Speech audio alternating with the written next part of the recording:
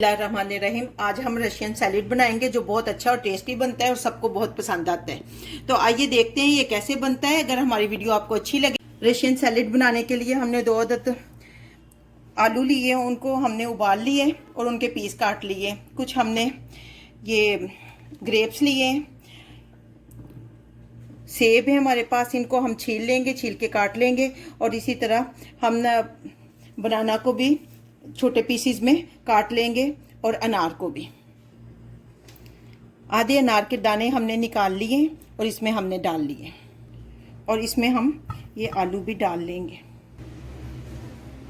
2 अदद सेब हमने छीलकर इनको बारीक काट लिए, ये इसमें ऐड कर देंगे। हमने 2 सेब लेकर उनको काटकर अंदर ऐड किया। 3 लिए थे लेकिन 2 हमने डाले।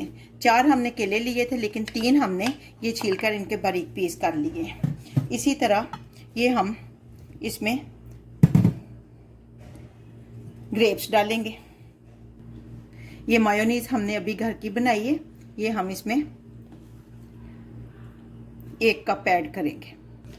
तकरीबन 1 कप हमने इसमें ऐड कर लिया और 170 ग्राम ये हम क्रीम का टिन जो है ये डालेंगे इसमें।